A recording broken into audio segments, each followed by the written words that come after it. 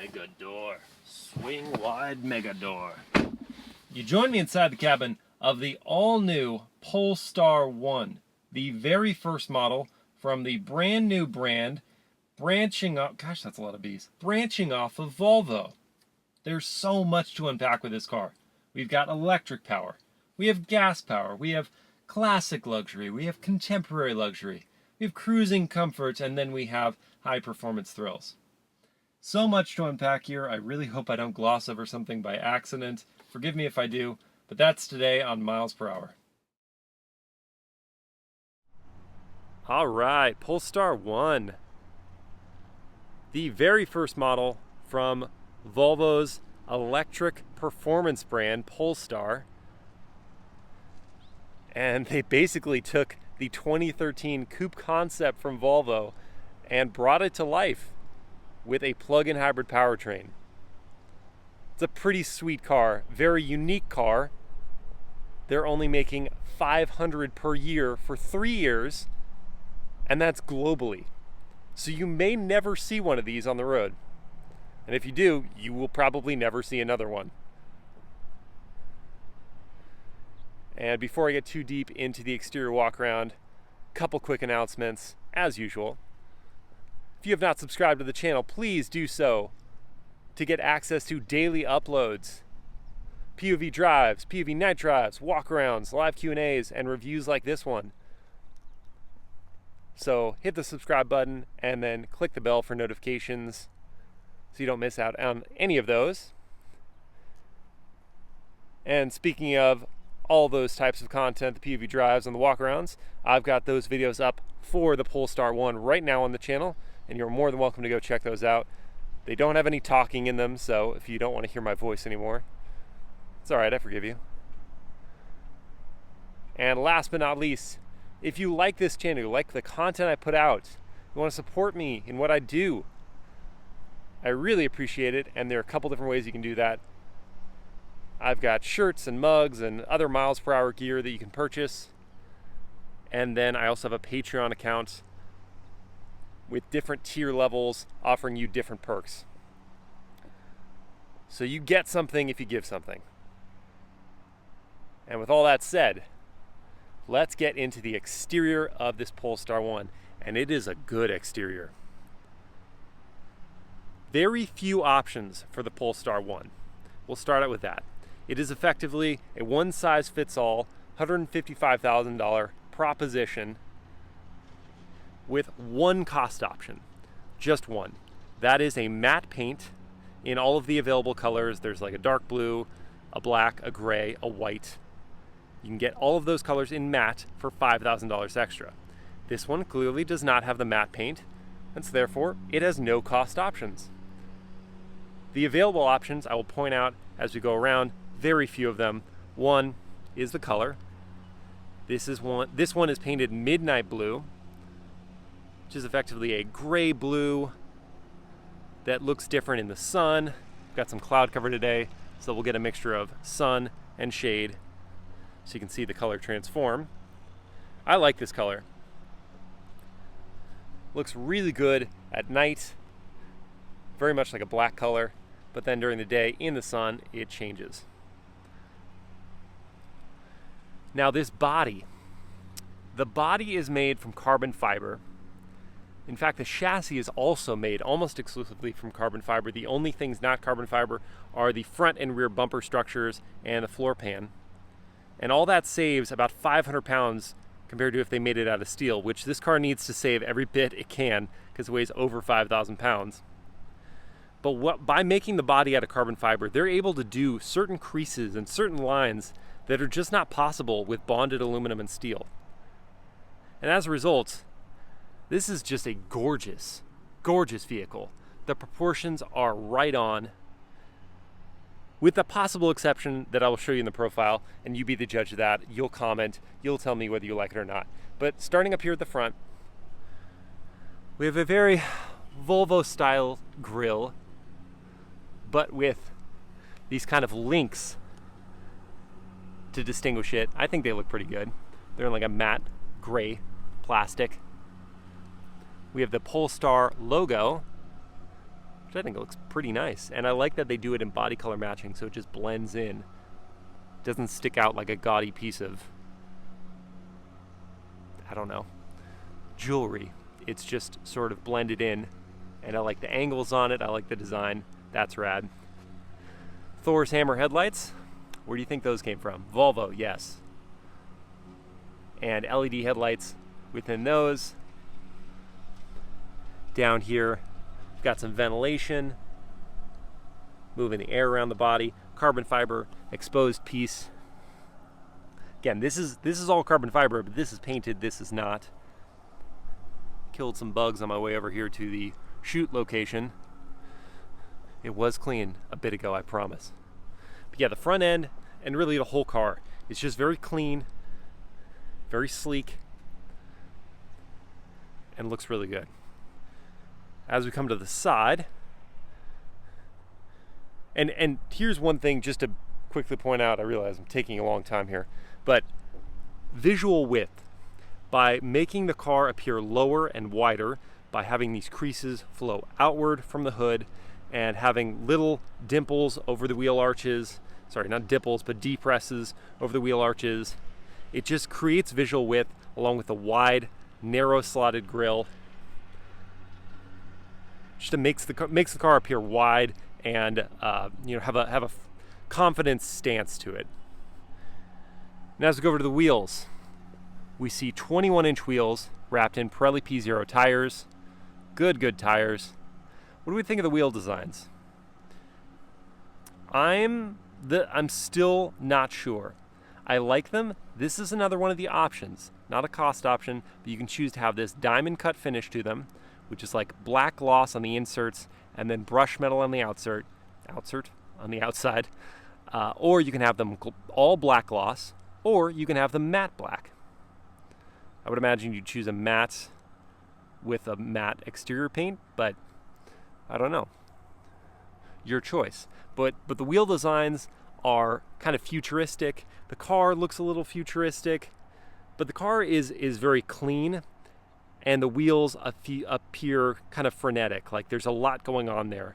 So I don't know if they're cohesive with the bodywork. That's one thing that I'm not so sure about. Within those, we can see Akebono brakes, steel brakes, not carbon ceramics, big 6-piston front, 4-piston rear calipers, and 15.7-inch front rotors, 15.4-inch rear rotors. Lots of stopping power. And yes, they're not carbon ceramics, but they do a great job bringing this 5,000 plus pound vehicle to a halt. I love the gold finished valve stems.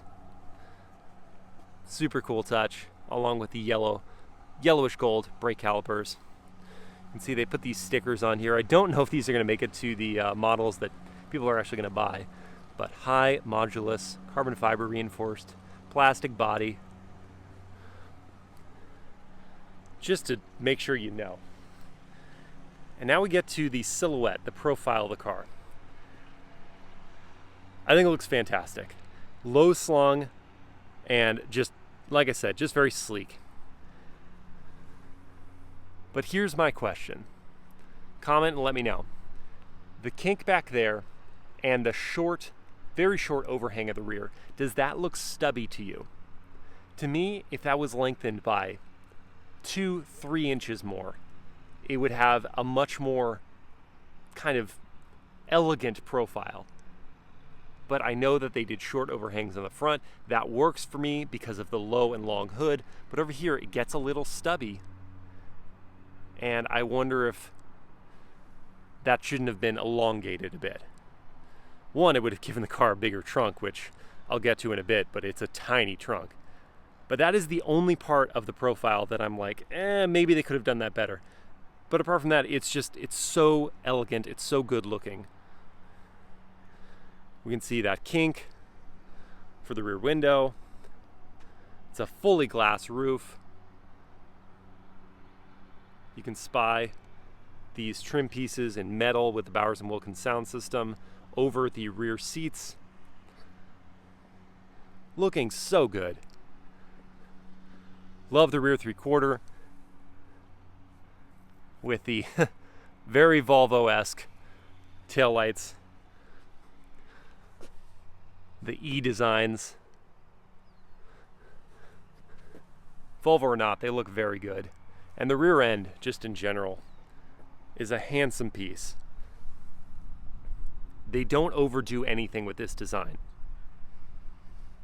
It feels like anything that's superfluous has been cut out, and what's left is just a necessary, beautiful design.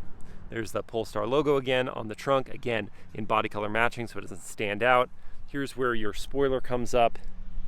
Press of a button, I'll throw some B-roll to show you that. And then down here we have a diffuser with, well, that's a genuine exhaust. How about on the other side? Genuine exhaust? Yes, 2 genuine exhausts with larger trapezoidal finishers. And another exposed carbon fiber piece down here, looking really good, and black gloss starting here and below. So that's that rear end.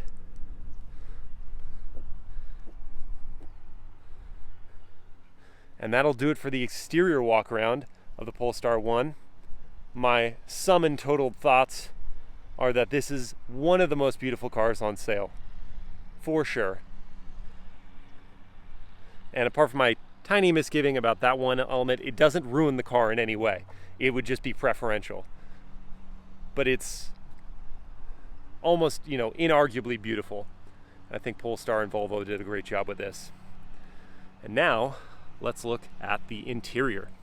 And on our way into the Polestar 1, one thing to note, the flush mounted door handles look good cleaning up the side of the body, but I don't know how I feel about the physical button here.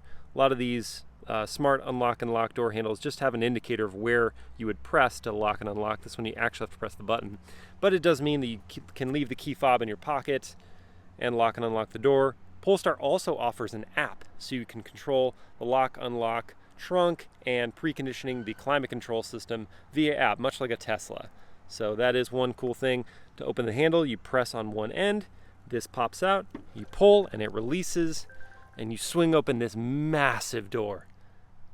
Absolutely huge, and weighs a ton, despite the carbon fiber construction. Just one thing to keep in mind.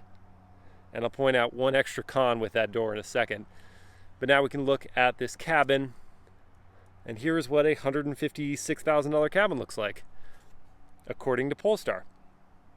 Some good, some bad here that I'll go through, but I do love the kind of designs on the fringes of these seats. This looks really cool, and the leather feel is superb. Very high quality leather. This one has the light gray leather. You can also choose black, but it has light gray for the front seats, and then the backs are black, and I believe these are only available in black for the back seats.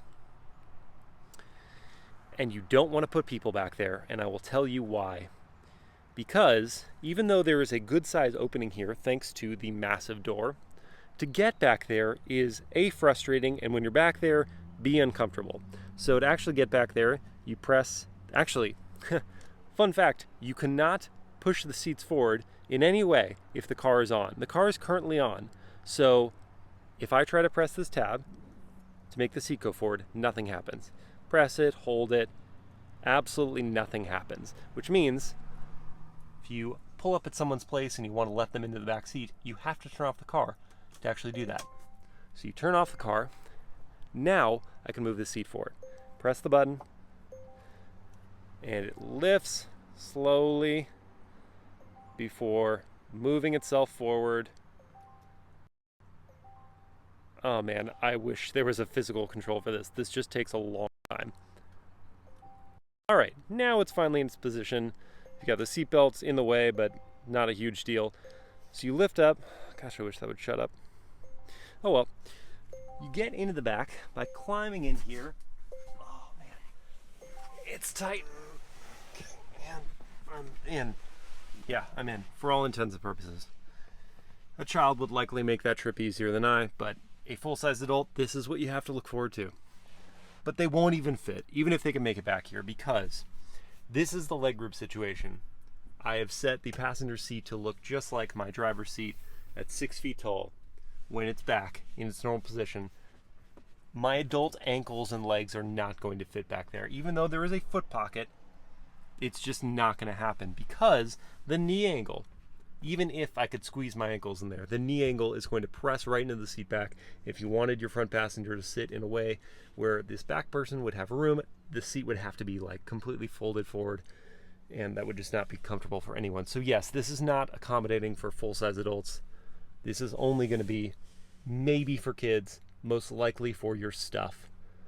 And here's another issue. This is the headroom situation. My neck is completely folded forward. I cannot even... Okay, I got it back here. This is life now. This is life. No, it's not good. It's really not good.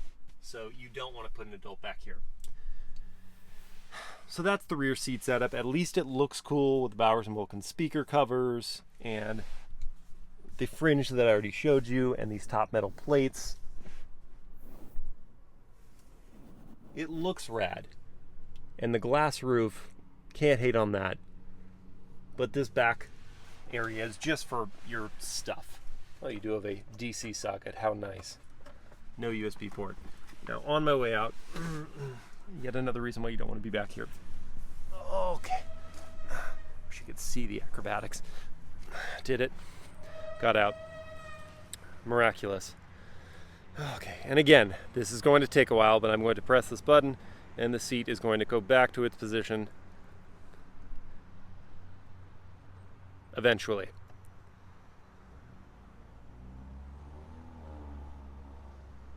Oh my gosh. Come on. Come on. Okay, we did it. We did it. Now let's look at the trunk, which is the reason why you're going to need to use this space back here, because 4.4 cubic feet of space. That's what that looks like. Not a lot of room. These are the charging cables for the car, and you'll definitely want to keep these in here. They do come in a nice carrying case. That looks solid.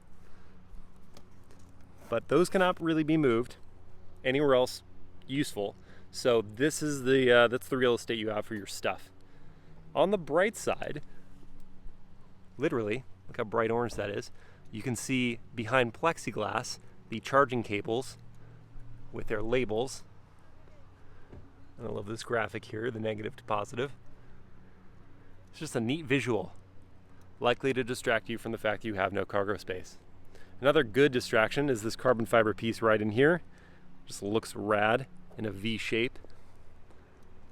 Maybe that's to distract you from the fact that you don't have a power closing trunk. You have to pull this tab here and lower it yourself. But all that said, going back to the cabin, we can see that to justify the price, they're trying to make this cabin as nice as possible, going above and beyond what Volvo might offer you. So there is leather just about everywhere. There isn't, real metal trim or matte carbon fiber. The matte carbon fiber looks and feels superb.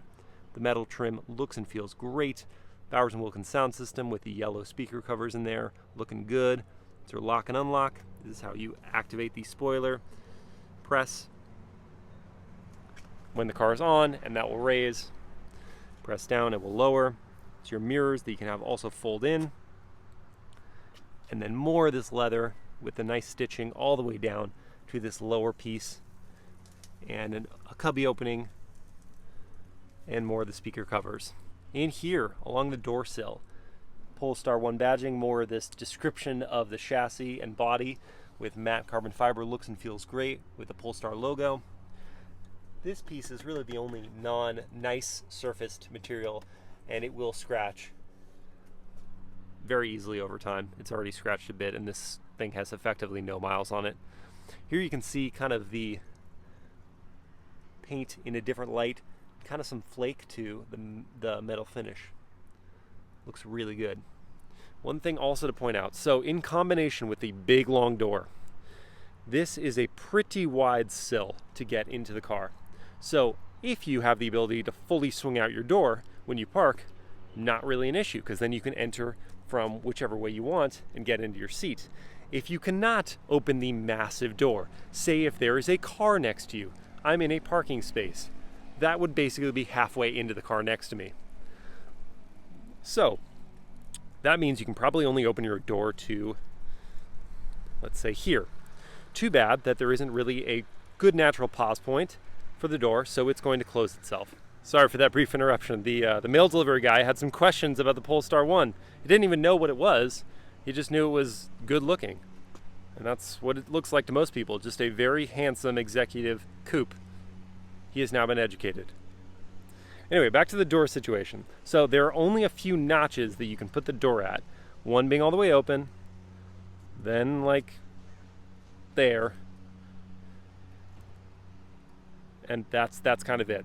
So the door is just going to naturally, because it's so heavy, close itself, which is one issue. Now, if you do finally find a way to keep the door open at a certain angle, this would have hit the car, so let's go here. We can keep the door there temporarily. Now for me getting in, what I have to do, because the door is so thick and because the sill is so wide, I have to squeeze my leg all the way in there and kind of just hop my way forward to get to a position where I could get in. Unfortunately, because this seat is now level with my hip, I have to go forward to get my body actually down and in. These are the acrobatics that an older gentleman would not be able to do. So I just keep hopping myself forward and being very careful not to nudge the door with my knee into the car next to me, and then finally twisting and contorting my body into position, hoping not to push this door into the car next to me. So now I'm finally in, and I squeeze my leg in through that slot, and I'm in the cabin. Now, trying to do this in reverse, let's get out in the same position. I can't move that door at all. Because this sill is so wide, where does my left foot go? If I can swing my body around and twist it and move it in this position, which is great, and just squeeze my leg over there, now I have really very little to hold on to. I can press on this right here, but again, I cannot press with my knee into the door, otherwise the door is going to swing into the person next to me. So I just twist my body, lean forward, and now my shoulder's being a problem, pushing into the window. And okay, I got myself out. That is not easy. It is not something you're going to want to do every day. So that is just something that I don't think they thought about practically. Again, not an issue if you can open your door wider, but if this is what you're working with, then that's the kind of acrobatics you're going to have to do every single day. Acrobatics in the back, acrobatics in the front. But now we're finally getting into the Polestar 1 cabin. And here's what we're working with. I've already shown leather all over the place. Nice perforation on the steering wheel here. It's a good thick wheel. They didn't go too narrow with it. One bit of cheapness here, these paddles. They're really cheap plastic in the back. They remind me actually of the BMW X5 M competition that I just reviewed. Those paddles were pretty cheap as well, but they were bigger paddles. These have this cheapy plastic on the front that will scratch, no doubt. Plastic on the back that just feels bad. And then we've got this gloss finish on the front of the wheel that will smudge and look nasty. Also, plastic on the center, not so great, but nicer finish on the outside. So it's kind of a mixed bag with the steering wheel. I just don't find it all that nice. The seats themselves, very adjustable. You've got a thigh support that you can adjust, lumbar here, and then sliding and angling of the seat. And the seats themselves are just very, very comfortable. I already mentioned the leather, but I'm going to sit in and we can take a look around. Closing this door. And it is soft close, so that's nice. To turn the car on, crank this to the right with your foot on the brake. Oh, and the seat's deciding to move me forward for some reason. Help. Help. Oh, it thinks I want to go in the back seat. Please stop. Okay, that was interesting.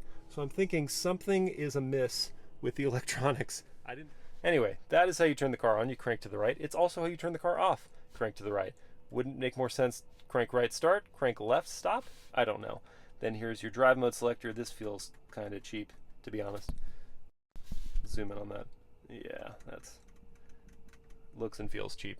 But that's how you control the drive mode. So you press down, then it brings up your available drive modes. All-wheel drive, that's just for kind of inclement weather. Pure, that's going to optimize the all-electric driving.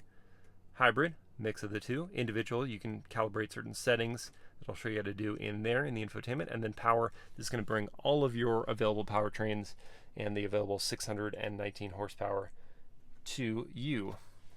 Here we have this piano black, and you know, I'm just not a huge fan of piano black because it scratches and smudges and doesn't look very good. They've used it a lot here. Slide that back.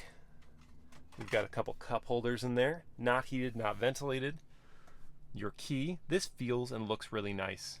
You've got the Polestar kind of embedded in there. That looks pretty good. On the side, you have lock, unlock, and trunk release. On this side, nothing spectacular, just plastic.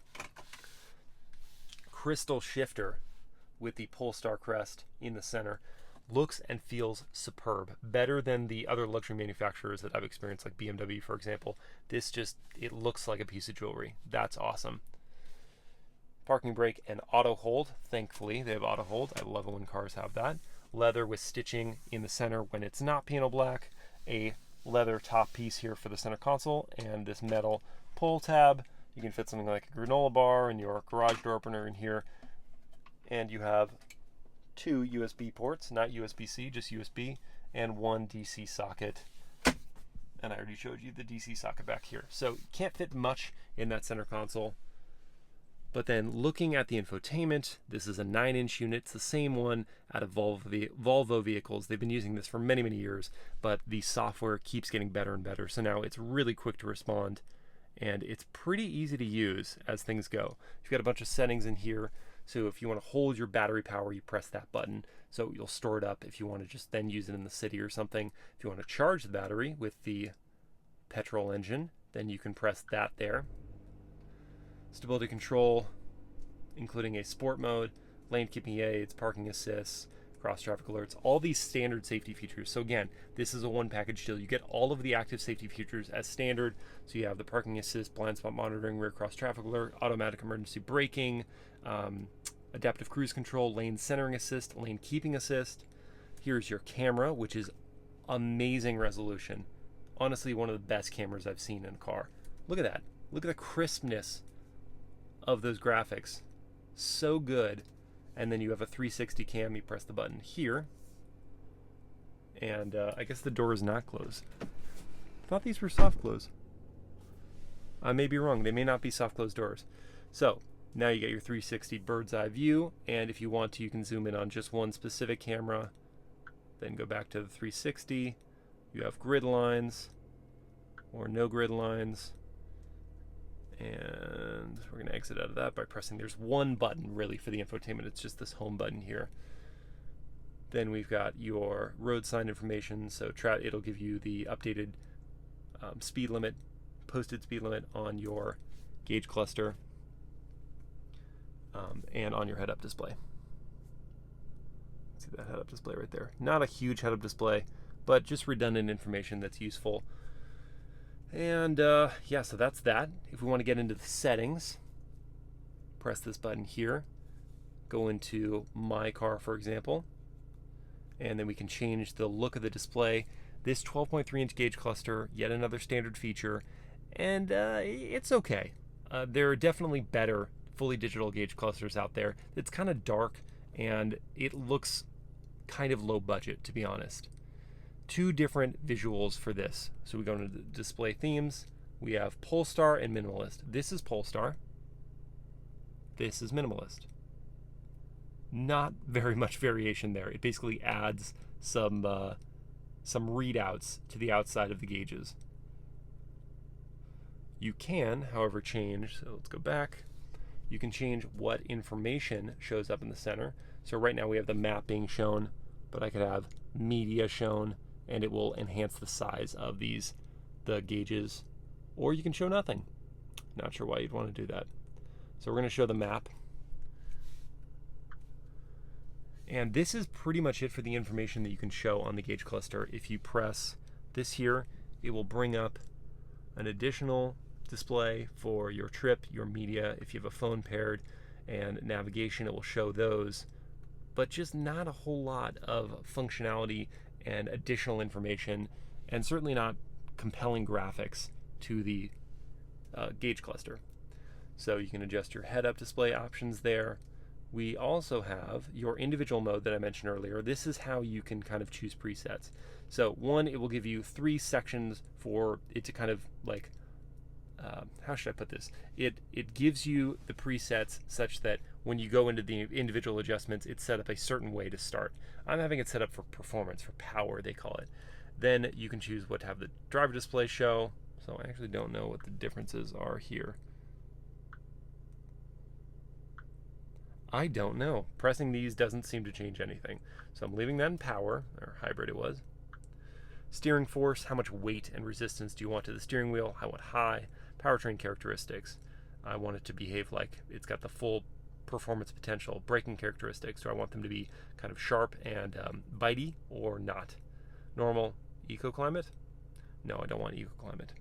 So that's how you calibrate your individual setting. And lights. So you can adjust the interior lighting, the ambient light level and intensity, and then your mood light intensity and your colors. Now, here's one thing that I will show you a clip from the PHEV night drive of. I adjusted all of these. I didn't see much variability in the colors, so I'm not sure exactly where the light comes from and where it's displayed. I saw a little bit of red up here when I had it on red, but there's just not much variation, and you're not going to get the whole ambient light experience that you get in some of the other German luxury vehicles. So don't come looking for that. Going back, those are kind of all the main adjustments that you want to do. So you can, oh, I already had it pull down. Pull up, maybe? We're just going to close. We'll try that. Back to this other display. Apple CarPlay and Android Auto are compatible. I do have my, I'm using my phone to record, so I can't show you a clip right now of Apple CarPlay, but I will show you a clip from the PHEV night drive. And CarPlay only occupies this lower half of the screen. So because it's a vertically oriented screen, it's kind of missing out on tapping into the full usability of CarPlay or Android Auto. That's kind of a letdown. But that's that, and then you have got some other settings here. Your sound experience, because it is a Bowers & Wilkins sound system, really high-end sound system, you can adjust for the concert hall, individual stage, studio, these cool software settings that they have for the audio. And you do have a physical volume knob, not a physical tuner, but a physical volume knob.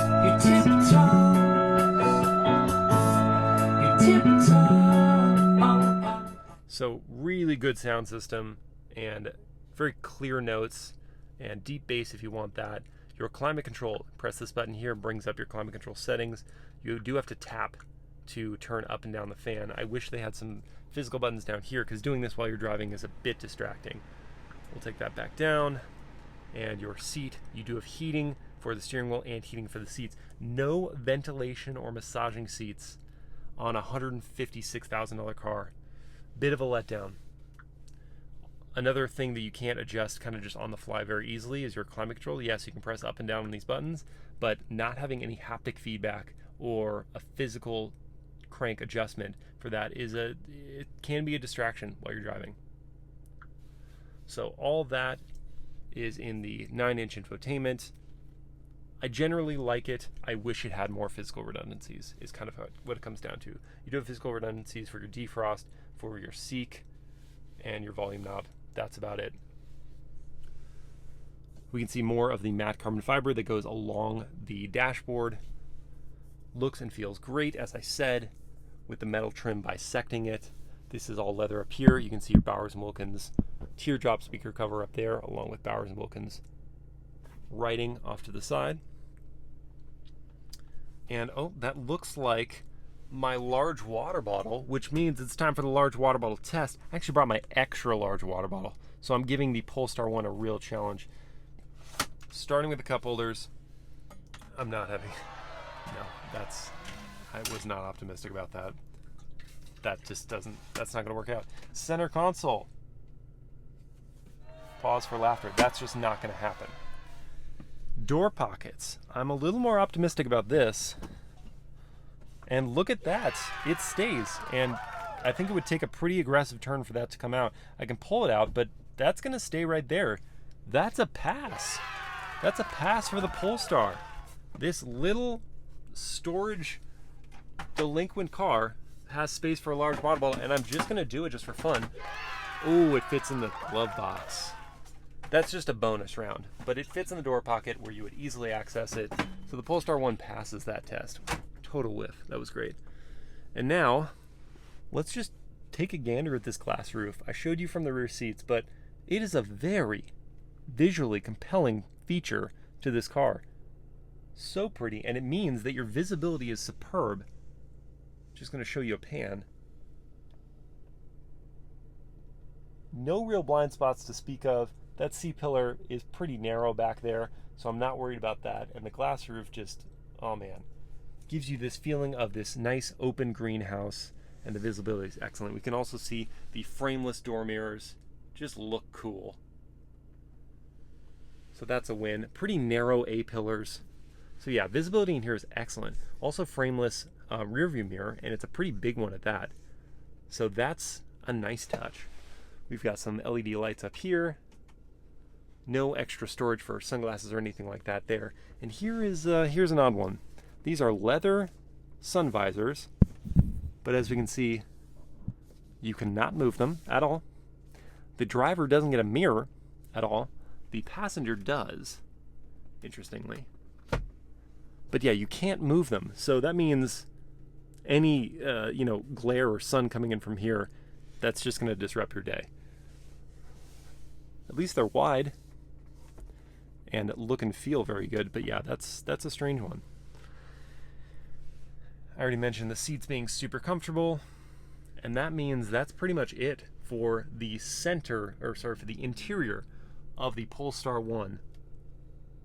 Lots of high notes. Seats are definitely a high. The matte carbon fiber is a high. The quick responsiveness of the infotainment's a high. But some lows with some cheapness here and there. Not a lot of cheapness, just you have to really look for it, but you can find some kind of a underwhelming gauge cluster and space inside. The rear seats just have no accommodation whatsoever. So that wraps it up for the interior, which means that I can swing my door all the way open because no one's next to me. Means that it's time to rev up this bad boy, which sounds so odd to rev it up. It's a plug-in hybrid, but we're going to rev it anyway. And then we're going to take it for a drive. Onward.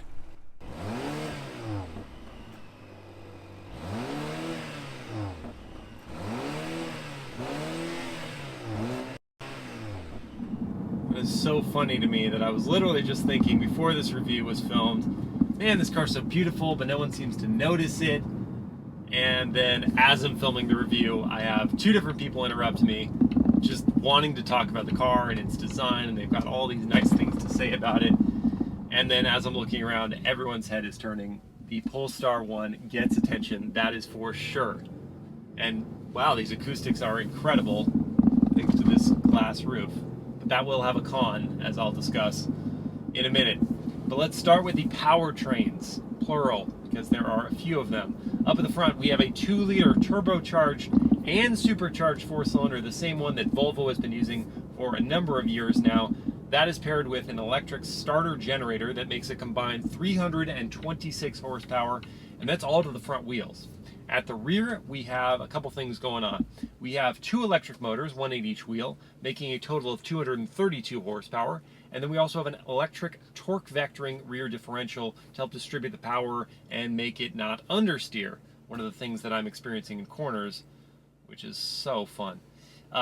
Combined, it makes a total of 619 horsepower. And don't do the exact math from the figures that I quoted you, because the way that electric vehicles calculate their total output is not just by simple addition, it's a whole mess.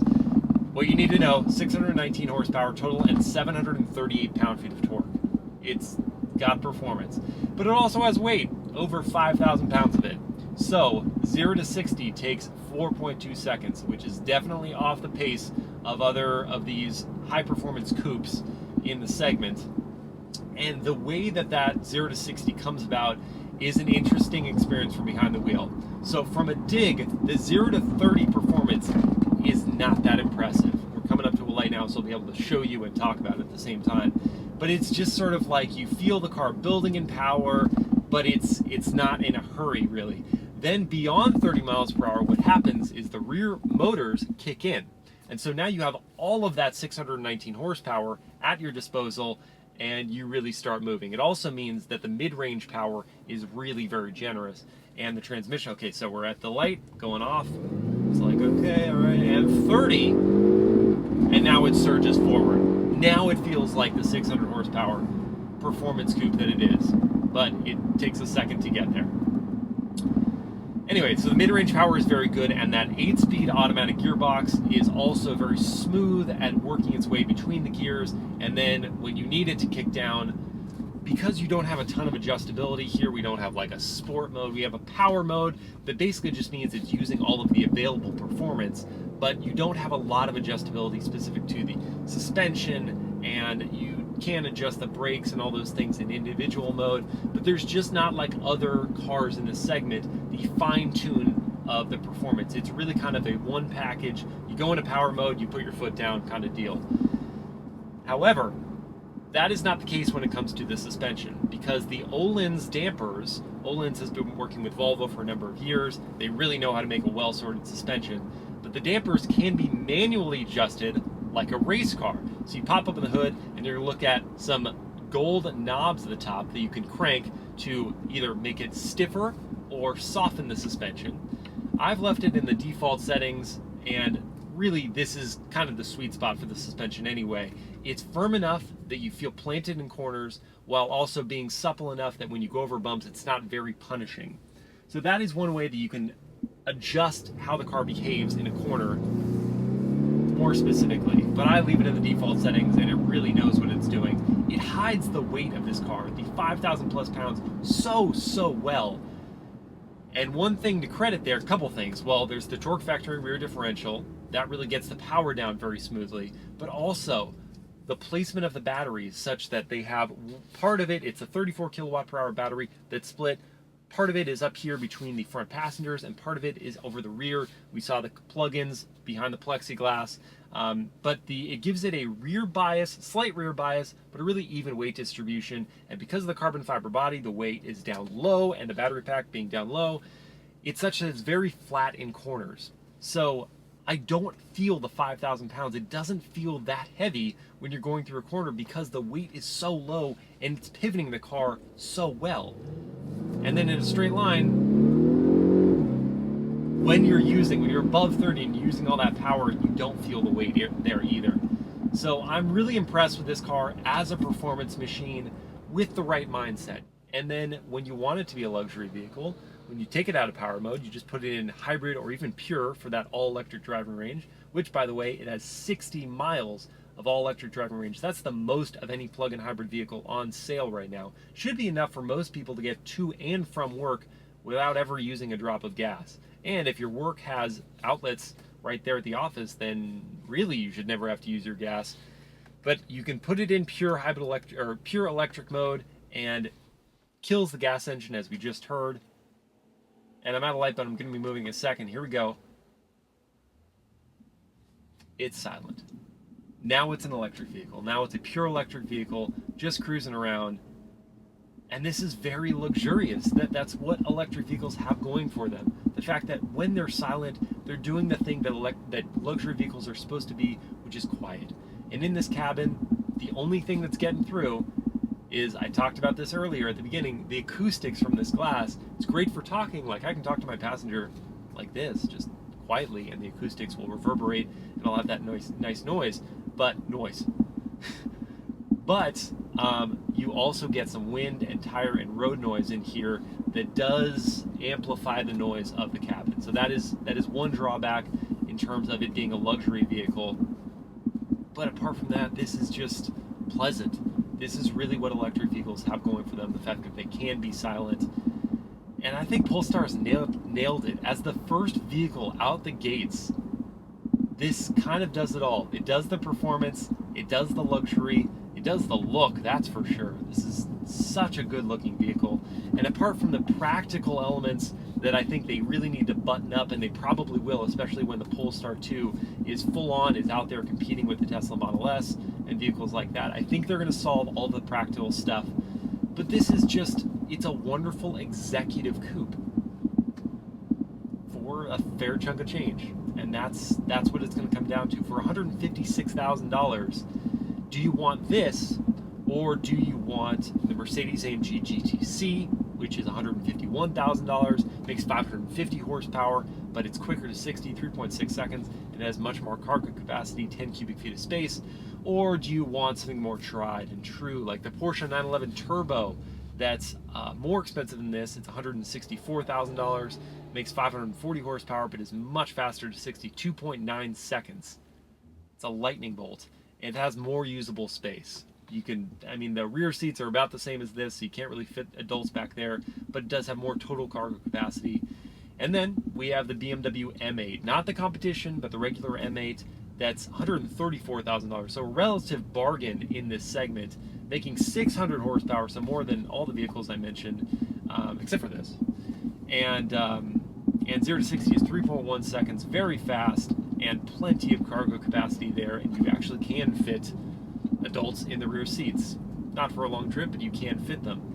So it really comes down to what you want out of your executive coupe. Do you want something that's been done, like all of the vehicles that I mentioned there, or do you want something truly rare at 500 production units per year over just 3 years, so a total of 1,500 cars produced? You're probably never going to see another executive in this car. And if you do, you guys will smile and wink and just be like, you know what's up. So that is the Polestar 1. I'm very, very impressed with it. I just have to think that it's a lot of money, and you have to really want this flavor of executive coupe. Ending on a light again, really? Cut to the launch after the light, please. Alright, no launch control in this car, so that just means I'm just using the pedal. So my foot is on the brake. I will then release it as soon as the light is green, and we're going. And 60. So we got there. Just took 4.2 seconds.